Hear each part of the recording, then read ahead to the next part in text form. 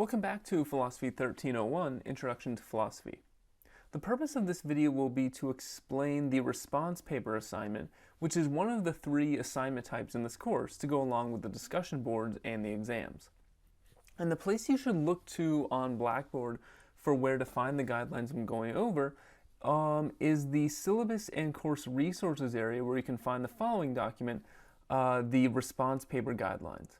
So I'm going to go ahead and open that up, and I'm going to explain the points contained in this document, which will let you know what I'm expecting of you in this assignment, when it's due, how you can turn it in, and all the other sorts of requirements that it involves.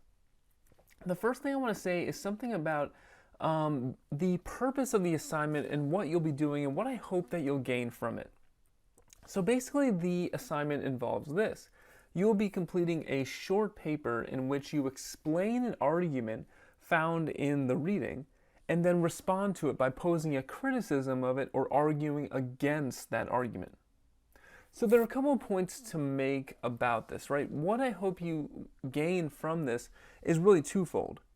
First, one purpose of the assignment is to force you to engage in close reading of the text.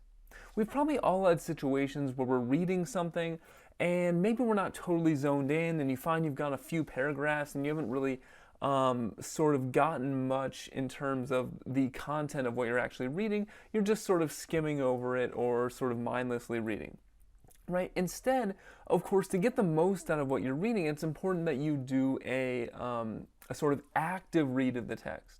And that's going to be most likely if you know you're going to have to respond to that reading in a very specific way. So first, this assignment forces you to do that. It forces you to become an active reader who's thinking critically about what you're reading, because you know you're going to have to respond to the argument it's making in this assignment. Secondly, in addition to that active and critical reading, it's also going to give you practice in philosophical argumentation.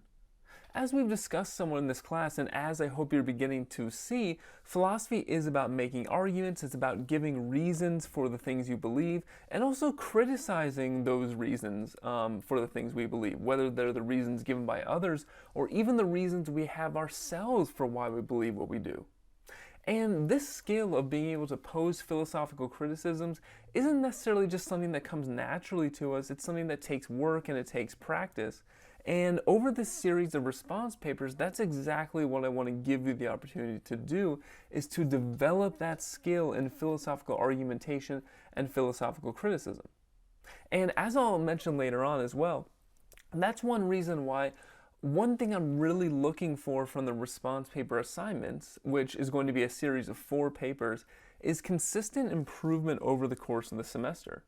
And if you do show that sort of consistent improvement over the course of the semester, and there'll be opportunity to do that, because in many cases, the grades that students get on the first paper are maybe not as high as they were hoping, or maybe not as high as they thought they might get. But I think that's largely just a product of the fact that philosophy is probably a new subject for many people in the course, and developing the skills it requires does take time and practice. And so because that's the case, if I see that you've engaged in consistent improvement on this assignment throughout the course of the semester, then that's also something I'll take into account when I'm adjusting your grades at the end. And if you have shown that consistent improvement, then that's another thing I would take into account when I'm saying, well, you have a borderline grade, am I going to bump that up to the next grade bracket? Okay, so that's a little bit about my sort of vision for the assignment and what I hope you'll get from it, but let's also get into the nuts and bolts of what you'll be doing. So I've mentioned already that there are 4 response papers you're required to complete. And one thing I believe I also mentioned in the syllabus video, however, is that there are 10 opportunities. And we can see this if we actually go back and look at the syllabus. So let's take a look at the course syllabus. And let's have a look at the schedule. And so you can see here that the first response paper is due in week 3, and then response paper 2 is due in week 5, and we scroll down and eventually we're to response paper 7. And if you keep scrolling down, there are 10 total opportunities. So the reason for that is because you get to choose which 4 response papers you want to complete, with one sort of caveat to that. While you do get to choose which 4 you want to complete, you do also have to complete at least 2 of the first 5. And the reason I chose the first 5 is because that's the first half of the course. So up to March 7th, response papers 1 and 5, you have to do at least 2 of those, and you have to do 4 overall. You could just do the first 4 if you wanted to, get it all out of the way. You could do 3 of the first 5, that's fine, or you could just do 2.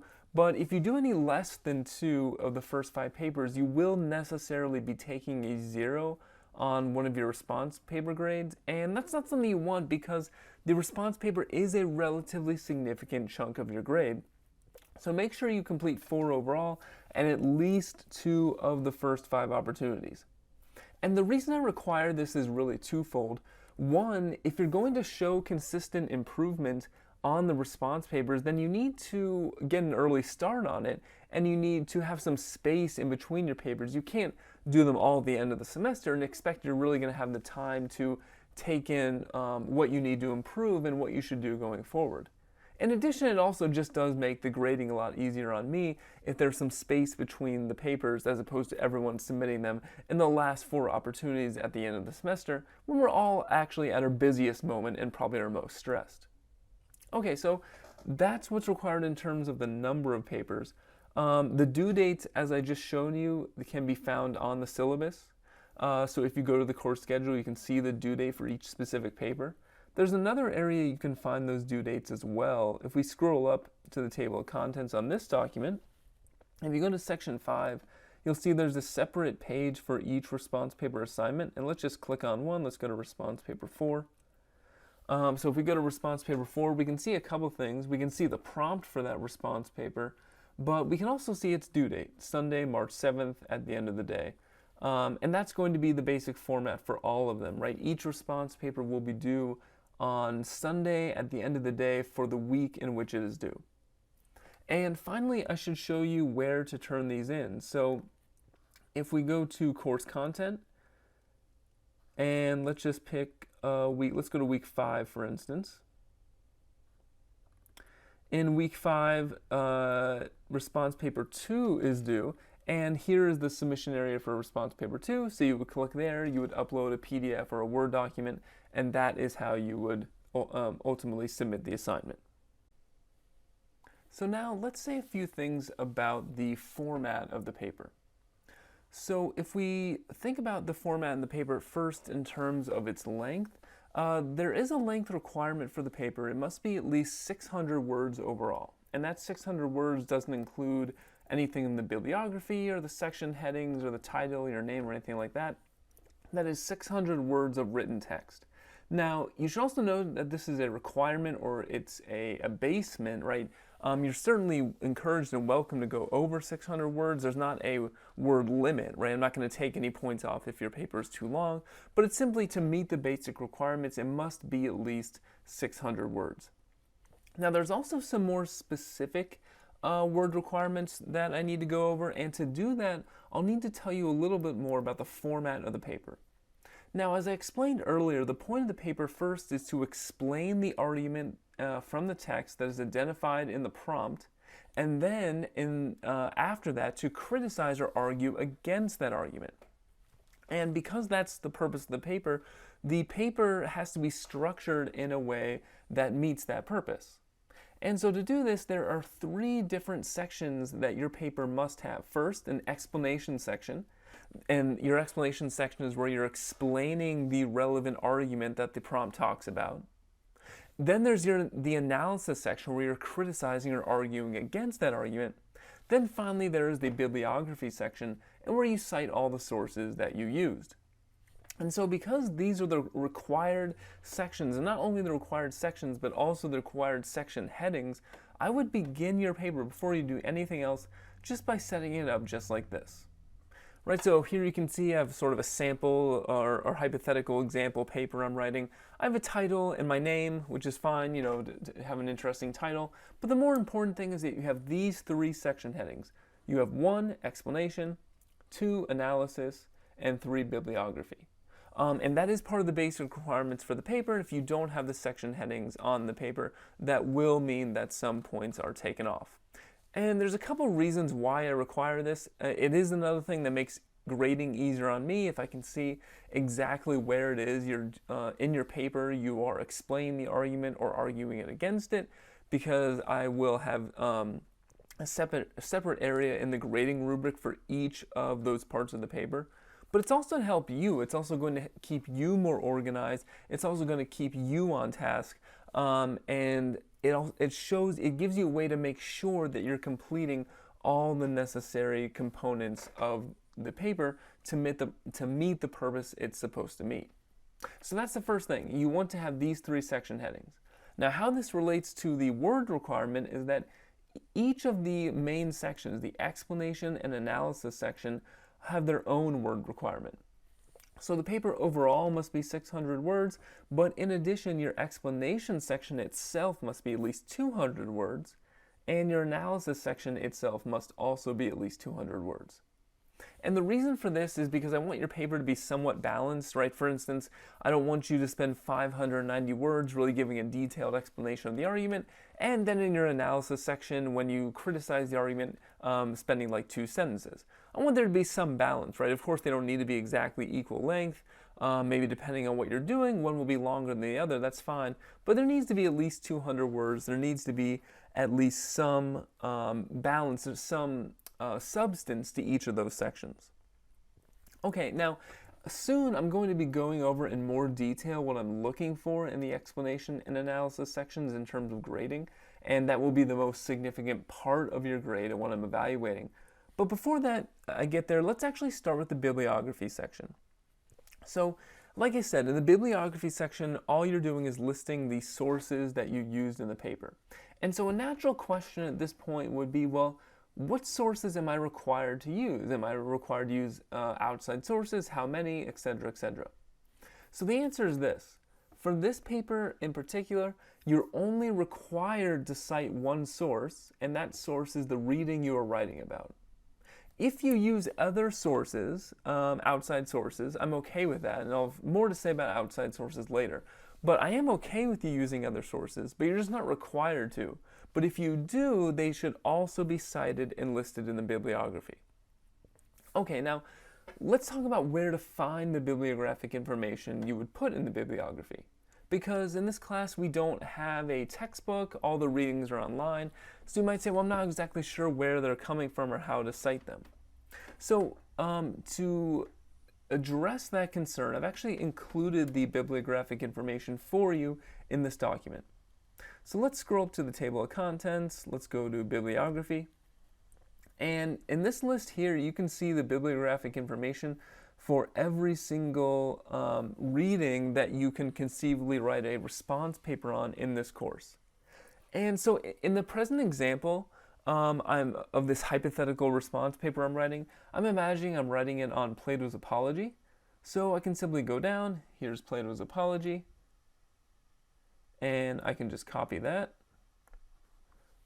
and I can put it right into my paper and make sure it's formatted correctly, and then my bibliography section is done. Again, if I use any sort of outside sources, they would also have to go here, but recall that the only source you're required to cite is the reading you are writing about, and you can find that bibliographic information in the way I just showed you. Now that we have a sense of the overall structure of the response paper, we should talk a little bit about the process of actually going about writing it.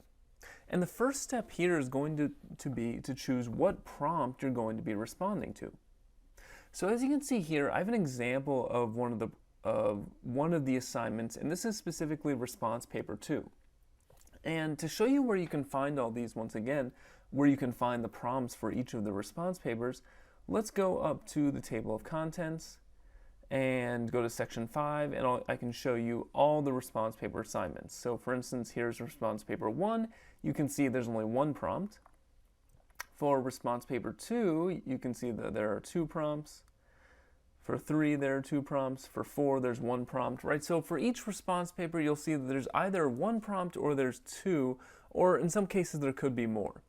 So the first thing to say is, well, what does this mean? Does that mean if I'm doing response paper 2, I have to respond to both of the prompts? For any response paper in which there are multiple prompts, should I be responding to all of them? And the answer would be no. If you're doing a response paper with just 1 prompt, then obviously that's the one you respond to. If you're doing a response paper with multiple, you choose just one. You should only choose one of the prompts to respond to and focus on that. So let's continue with our current example. We were saying that we were doing response paper 2. And in this case, I'm going to imagine I'm going to respond to essay prompt 2. So one thing I want to do is walk you through a little bit one of these prompts just to show you what it is going to include and sort of how you should use the information that it has. So essay prompt 2, it starts off by identifying a portion of the text that you were supposed to focus on. So it says, at 28b, Socrates imagines that someone has asked him the following question. Then it says, in response, Socrates claims the following in that quote.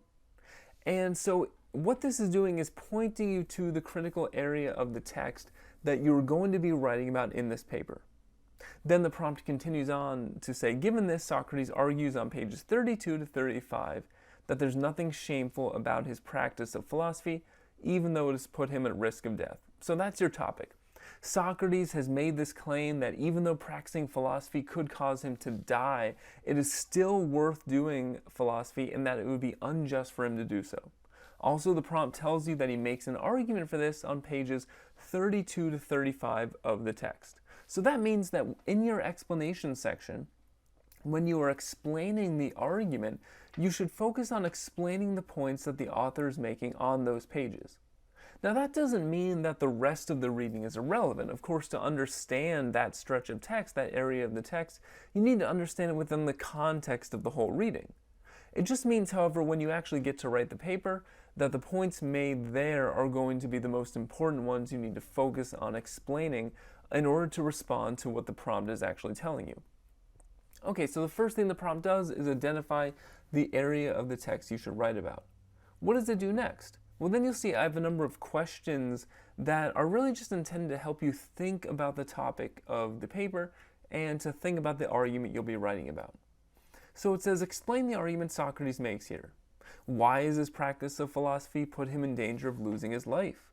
Why does he believe someone must never do anything that's unjust? Why would it be unjust of Socrates to stop practicing philosophy? So I have these 3 questions here. And you might ask the question, well, how should I use these questions? Do I need to respond to every single one? And the answer here is no, right? So when I have these questions here, I don't have them there because you necessarily have to respond to each of them in the order that they're posed. They're really just there to help you start thinking about what to write and to point you towards some of the very important points in the text. Now, in the course of explaining the argument, you might very well answer all those questions, and that's fine. You might focus on one of them, or you might say, I'm going to write about a different point that's not even included in those questions. That's all fine, right? So don't feel constrained by those questions. I really just have them there to help point you to some of the really important points in the text and to help you get going in the writing process. Then finally, the prompt tells you, then, after you've explained the argument, in your analysis section, criticize the argument that Socrates makes here. I want to emphasize this again. Remember, after you have explained the argument, then you will need, in your analysis section, to make an argument for why the points that the author makes are incorrect. You'll need to pose an objection to the argument. But in any case, that is essentially the structure of the essay prompts. And remember, you only need to choose one if in fact there are multiple prompts. So now let's say you've chosen which prompt you'll be responding to. The next task, of course, will be to actually write the content of the paper in the explanation and analysis sections that the majority of your grade will come from. So I'm going to begin by talking about the explanation section. Now remember, the purpose of the explanation section, as the title suggests, is just to explain the argument you're writing about in as clear, detailed, and coherent fashion as you possibly can. Now, I'm going to give you some guidelines here for how to do that and for what I'll be looking for, but I will say that this is just one thing. Explaining philosophical arguments is something you should expect to get better at over the course of the semester if you listen to the lectures, if you do the readings, if you're engaged in the course. So I can't give you an exact step-by-step process on how to do this, which is foolproof, but what I can do is walk you through 3 questions that I always have in mind when I'm attempting to explain a philosophical argument. right? So if I'm putting together a lesson for a reading and I want to explain the argument contained in that lesson, these are the 3 questions I make sure I answer, and they're the ones that you should make sure you answer as well. So question 1, the first thing to ask yourself is, what is the conclusion of the argument? What position is the author arguing for? So you'll remember from our brief lesson on logic that the conclusion just is the statement or proposition or the idea that the author is attempting to show is true. And you might say, well, this seems like a weird place to start. Doesn't the conclusion come last, right? In a certain sense it does, right? The reasons, the premises given for the conclusion ultimately show finally that the conclusion is correct. But it can be very helpful to explain to your reader up front that this is the conclusion the author is arguing for, and then to sort of paint the roadmap for them as to how the author gets there. So one thing that a sentence you could have in your explanation section that I think is very effective and can help you organize your paper would be something like this. So let's go back to my hypothetical paper. I might say something like, in Plato's Apology, Socrates argues that, and then I would fill in the blank whatever the conclusion is that he's arguing for. In this hypothetical paper, it would be something like, in Plato's Apology, Socrates argues that it would be unjust of him to stop practicing philosophy, even if doing so ultimately causes death. So why is this important? Well, right up front, you show me that you understand the specific thing the author is arguing for, and then the reader, in their mind, the question that's triggered is, well, how does Socrates get there? That seems like an extreme claim that it would be unjust of him to stop philosophy even if it led to his death. How is he going to get there? Right? So an effective way to start really is with a sentence like this, where you identify what the author is arguing for. That's the first question. Now, what's the second question? Well, you'll also remember from our brief lesson on logic that we said the other element of an argument are the premises. And what the premises are just the reasons given by the author for why the conclusion is true. So we're sort of working backwards. First you say, well, here's what the conclusion of the argument is, and next you say, here are the main fundamental reasons that the author gives in favor of the conclusion. And really an important skill in philosophical writing is the ability to identify those major claims, those major premises that the author is using to get to their destination. So what I want to see from your explanation is that you identify those premises. Now, you might ask, well, how should I do this? Should I do it in standard format, in the way I do in the lesson outlines and the lectures? That is, should I have something like this, where I say P1 is this, and P2 is that, P3 is this, for instance, and conclusion? And my answer would be, that would be a totally acceptable and fine thing to do. Obviously, it's something I do a lot. It's what philosophers do. It's a very common thing, and I think it can be helpful. I think it helps to organize your thinking. I think it helps to make it so that you can identify which premise or premises you're ultimately going to object to. But I'll also say I don't require that you do this. Sometimes students, at the thought of producing a sort of standard outline format of the argument, will get a little nervous. They'll think, what if I don't identify the right premises? Do they really all fit together in a valid fashion to bring about the conclusion? And so if the thought of having this sort of standard argument format is making you nervous and you finding it not helpful, then it's totally fine to just identify or explain the argument in a normal paragraph form, right? There's nothing wrong with that, so that's perfectly fine as well. So you can have a standard argument format. You can also just say, first Socrates argues that this is the case, and then because of this premise as well, we get to the conclusion, right? So having a normal sort of prose paragraph format is fine as well. The main thing I'm looking for is that you do identify those premises. You say, here are the major reasons that the author gives for why they think their conclusion is true. Okay, so this brings us to the third question, right? And the idea of premises and conclusions hopefully is somewhat familiar to us already. But the third question you need to ask will go deeper than that, right? And this may be something we haven't discussed before explicitly. And so that question is this: what justification does the author provide for the premises of the argument? In other words, what reason does the author provide for us to think that the premises are true, in particular, the most controversial premises? So as I've outlined it here, the third question is, what is the justification or support for each premise? Right, so if an author or a philosopher has this argument with, let's say, 3 premises, P1, P2, P3, these are the reasons given for why the conclusion is true. But then, of course, you can ask a further question, why is P1 true? What's the argument for that? What's the argument for thinking P2 is true? What's the argument for thinking P3 is true? And what a justification just is that argument. The justification for P1 would be, here are the reasons why you should think P1 is true. Here are the reasons why you should think P2 is true. Here are the reasons why you should think P3 is true, etc., etc. So the justification for a premise simply is the further argument given for why we should think that that premise is correct. Now you'll notice in question 3 that another thing I highlight is that you should in particular do this for the most controversial premises. So let's go back to our hypothetical paper here. What do I mean by the most controversial premises? Well, oftentimes in a philosophical argument, some of the reasons for the conclusion will be pretty much things that anyone would accept. There might be common knowledge. They're just not that controversial. Even opponents of the argument would grant that they are true. But oftentimes there will be 1 or 2 premises which are genuinely controversial, which would produce a lot of disagreement.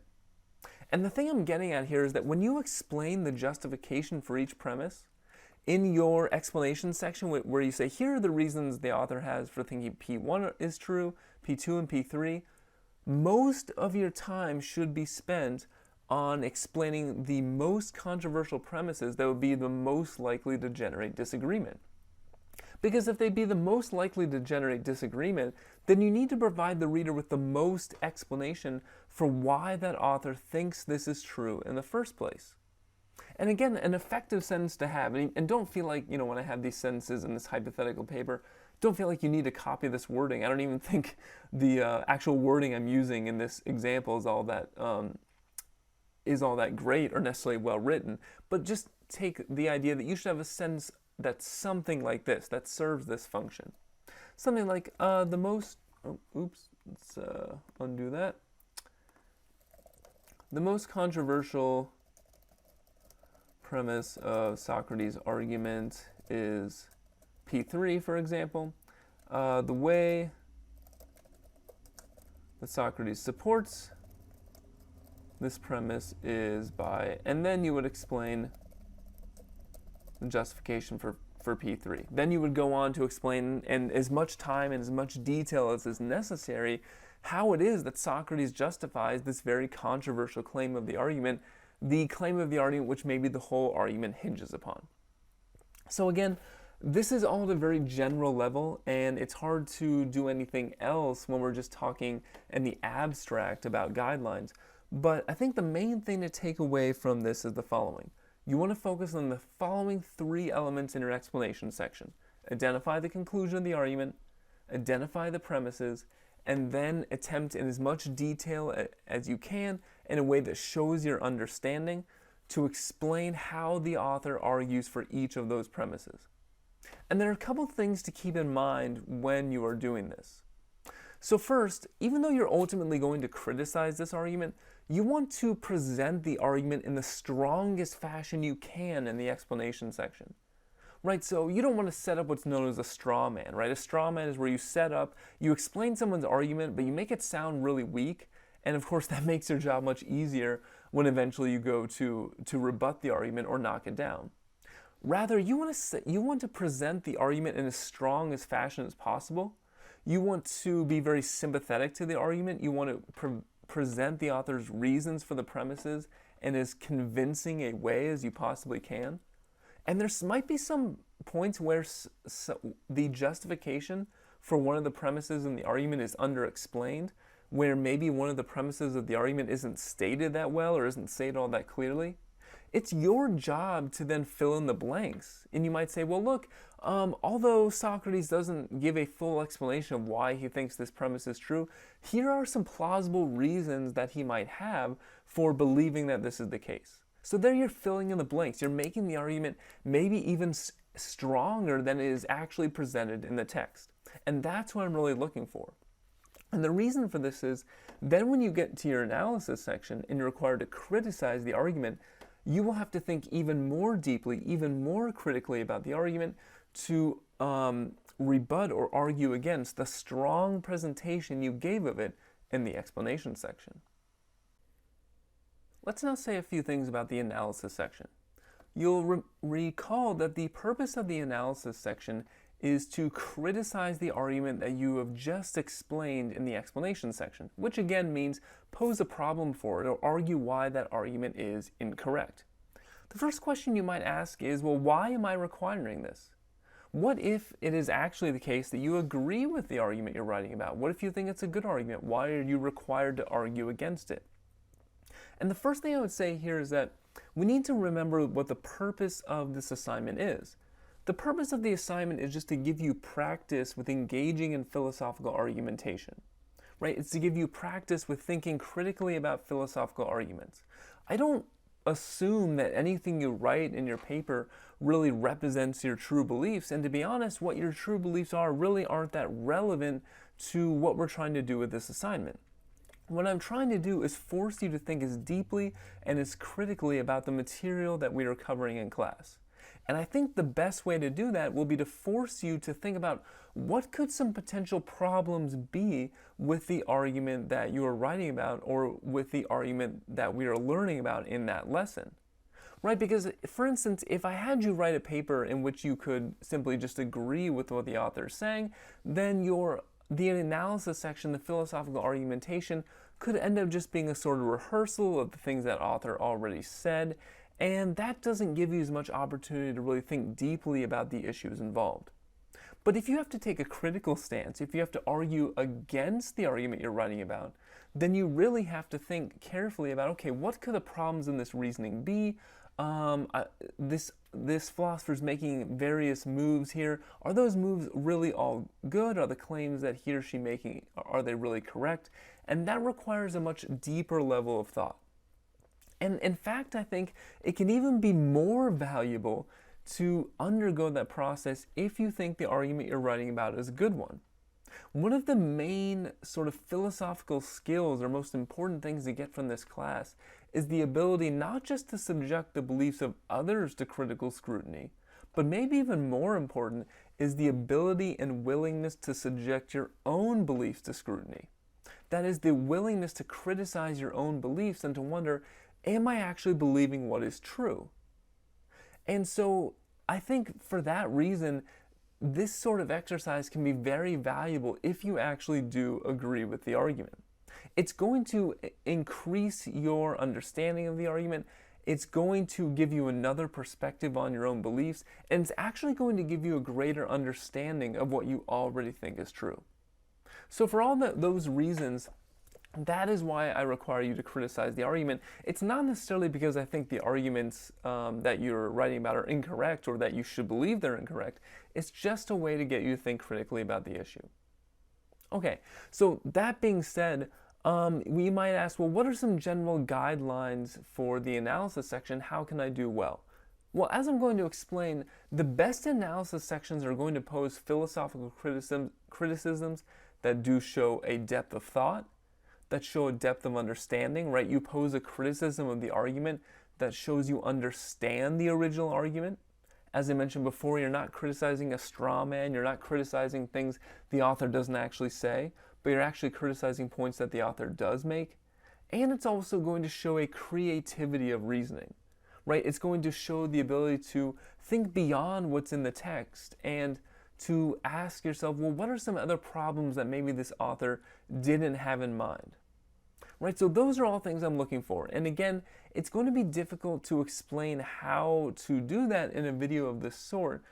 And in large part, the way you're going to improve in doing that is just by engaging in the class. Again, listening to the lectures, doing the readings, really paying close attention and putting forth a great effort on the response paper assignments.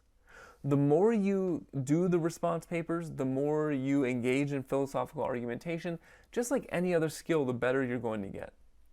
But one sort of very concrete guideline I will give right now is the following. So let's go back to our hypothetical paper. One sentence that you should have in your analysis section, again, doesn't have to be this exact wording, but should serve this function or purpose, is something like this. I believe that Socrates' argument is unsound because P3 is incorrect. Okay, so what is so valuable about this sentence? Well, the reason it's valuable is not just because it indicates to the reader I'm going to argue against the argument that I explained in the explanation section, but it says, here's the specific reason why I believe it's false. It's because specifically there's a problem with premise 3 or premise 2 or premise 1 or whatever, right? You are identifying the specific claim made in the argument that you're going to reject or rebut or say is incorrect. And then once you have done that, now you have a clear focus. Your analysis section is all about explaining why that premise is false. And what you should seek to do is to explain as much detail and as much depth and with as much critical thought as possible the reasons or the problems that that premise runs into. And that's what the best papers will do. Now, this doesn't mean you can't talk about more than one premise. You can, but the thing I would urge you to think about is it's always better to write more and in a deeper way about a smaller number of things than sort of have a surface level analysis of a larger number of things.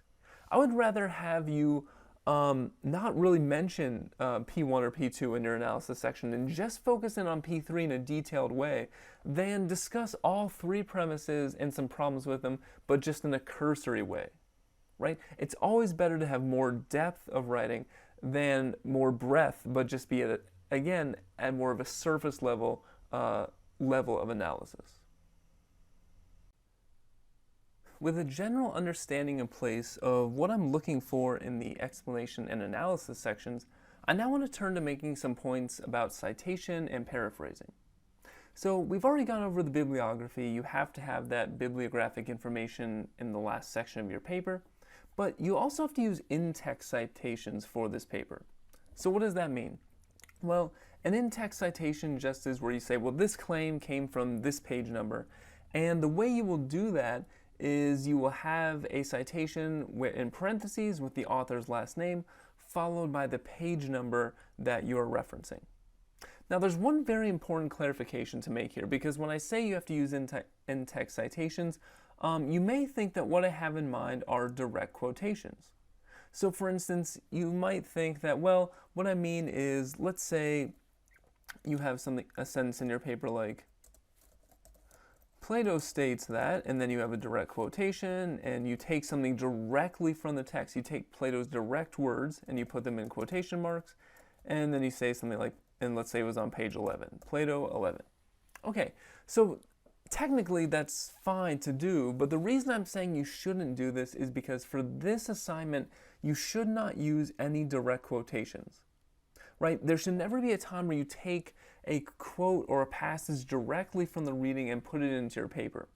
And the only reason for this is because this is a relatively short assignment, and so I don't really want you taking up time in your paper just taking things directly from the reading. Instead, I want you to paraphrase or put the claims of the author in your own words. And this is actually a very important skill, because in your explanation section, one of the things I'll be looking for when I'm giving you a grade is to what extent do paraphrases show your understanding of the text, right? When you explain the text and you put it in your own words, do you use your own examples? Do you explain it in a way that relates it to other points and puts it in your own voice? If you do those things, then I can see that you're not just parroting what's in the reading, but you truly understand it and it can explain it in a new way to someone else. And of course, if you can take an argument or a point or an idea and explain it in a new way to another person, then that means you must have a real depth of understanding. So, although there are no direct quotations, you will be paraphrasing in this paper. But it's also important to clarify what paraphrasing means. Sometimes paraphrasing might mean you have a specific sentence in mind and you take that sentence and you put it in your own words and you cite it. And that's certainly a paraphrase.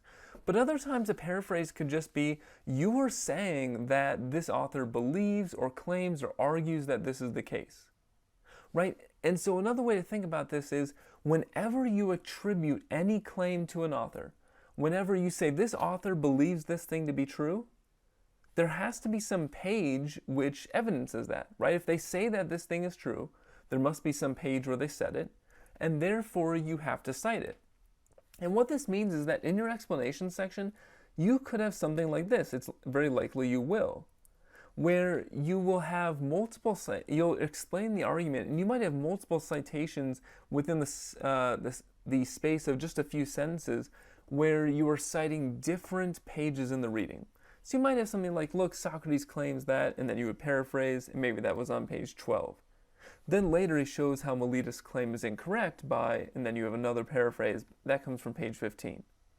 Then Socrates also responds to Meletus' point by, and then you have another paraphrase, and maybe that comes from 17. So the basic point is, anytime you attribute a claim to an author, you must show that you know the exact page where that claim is coming from. So that's what I'm looking for with in-text citations, and that's another thing that'll take points off if you don't have, right? It's another of the basic requirements of the paper that you have in-text citations. Okay, a few more points here. Another thing to say is I'll say a few things about plagiarism.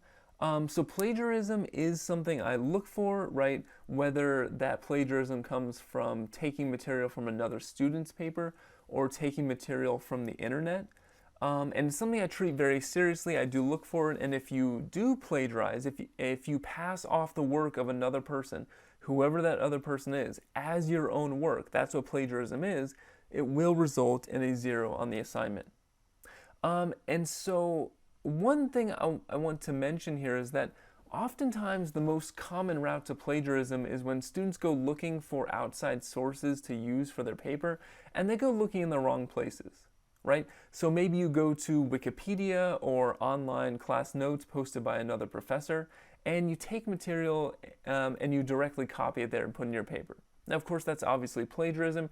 You're passing off the work of another person as your own. But I also want to make a further point about those sources. I actually think Wikipedia is a great website, but it's simply not appropriate for this class, right? It's not an academic peer-reviewed source. And the same thing goes for, blogs or internet discussion forums or, again, online class notes posted by other professors. None of those are academic peer-reviewed sources. And so not only should you not copy directly from them, which certainly you should not do, but you should also not use them. However, if you are looking for other outside sources, and again, I don't suggest that you have to use them, but if you do want to, I do have a couple of recommendations. I have some links here to the Stanford Encyclopedia of Philosophy as well as the Internet Encyclopedia of Philosophy.